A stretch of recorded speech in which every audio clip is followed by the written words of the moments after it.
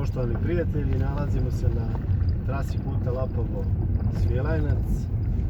Dužina ovog puta je 5 km i 600 metara, od toga je oko 4 km u samom Lapovu, na našoj teritoriji. Ono što je bitno za nas jeste da ovaj put prolazi kroz radnu zonu 4, na kojoj se nalazi regionalna deponija. Ono što je jako bitna stvar jeste da u proteklom vremenskom periodu je renoviran put, rekonstruisan Svilajnac-Markovac, došlo do usmjerenja teškog teretnog saobraćaja na ovu trasu, pa je došlo do pucanja osnovne konstrukcije.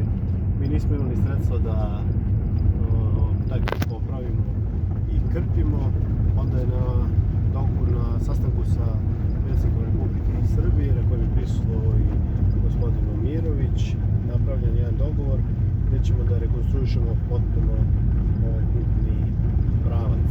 Vidite da se sad podloga ovog puta bila je od šljunka, što zapravo i nije bilo za neki teški teret i saobraćaj.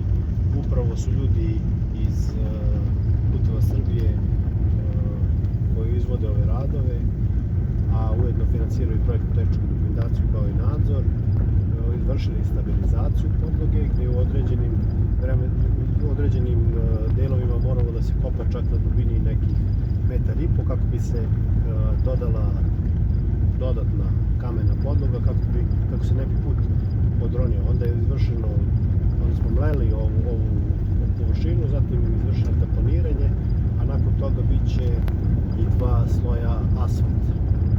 Kad se završi za tim, ono što do sad nije bilo prilika, to je da put uradit ćemo i horizontalnu i vertikalnu signalizaciju, tako da ograničit ćemo brzinu kretanja verovatno na nekih 40 na sat, jer je ovim putem se vezuje radna zona 4 za radnu zonu 2 u kojoj imamo logističko-distributivni centar. Zbog samog logističko-distributivnog centra gdje sad traju radovi, gdje ćemo zapošljavati 250 ljudi, se sređuje ta radna zona 2. Tu imamo ulaganja kako u putnu infrastrukturu, tako i u kanalizacijnu mrežu, gdje smo 1 km kanalizacije uredili, jednu crpnu stanicu. Ono što je bitno, da smo uložili oko 230 miliona dinara kako bi naš budući investitor imao svu moguću vezu sa svim radnim zonama i mogu dalje da nesmetano obavi radove. Na redu su i radovi na rekonstrukciji, odnosno uređenju ili, da kako kažem, kopanju Kazansko-Liparskog potoka u dužini, znači od nadvožnjaka koji je sad renoviran sa isključenja sa autoputa, odnosno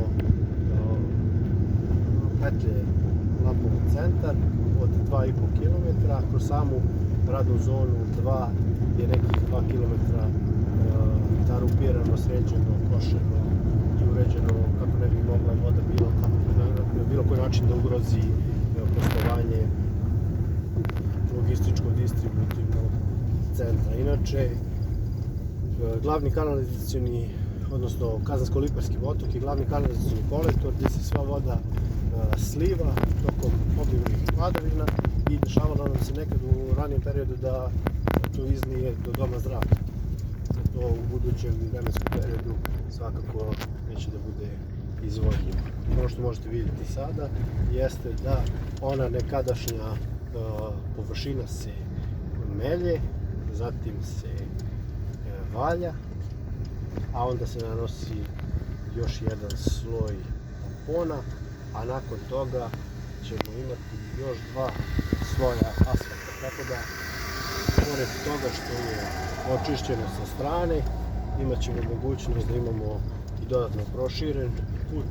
Vidjeli ste regionalnu deponiju koja se nalazi na našoj teritoriji, a ona je zadužena za 4 opštine. Ono što je bitno da postoje određene kadrovske promjene u samoj kompaniji FCC. Mi smo na tome insistirali i gledat ćemo da određene promjene sprovedemo do kraja.